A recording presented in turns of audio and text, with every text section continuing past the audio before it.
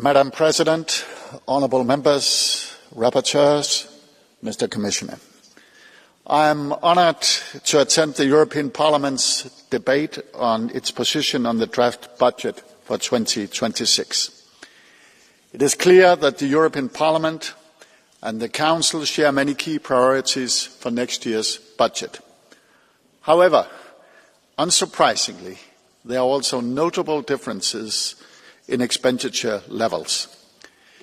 The Council's position aims to safeguard key EU priorities by ensuring an appropriate level of funding. This includes enhancing Europe's defence readiness and preparedness, as well as managing migration pressures. We live in difficult times, and therefore we must prioritise and ensure that the budget for 2026 allows the Union to act effectively without unnecessarily increasing the pressure on national budgets and taxpayers. We need margins and flexibility for the EU budget to cope with war, crises and challenges, notably Ukraine and the Middle East, but also the unforeseen ones. If almost all margins and special instruments are consumed, how can we then guarantee the flexibility to cope with unforeseen challenges? Dear colleagues, the Council would not be able to approve all the European Parliament's amendments should you vote them through tomorrow.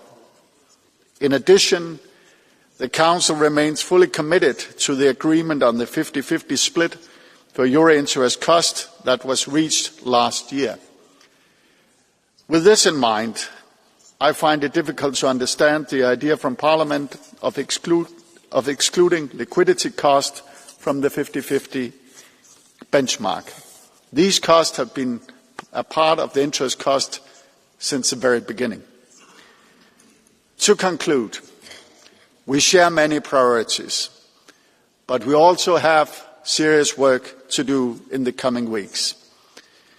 Dear colleagues, tonight I reaffirm the Council's willingness to reach a balanced agreement, and I am sure that the Commission will assist us in finding sound and reasonable compromises. Let me therefore conclude by expressing my sincere hope that by working together we will be able to find the best answers for Europe. And the good news is we have done it together before, and I'm convinced we can do it together again. Thank you. Thank you very much, and now I pass the floor on behalf of the Commission to Commissioner Piotr Serafin.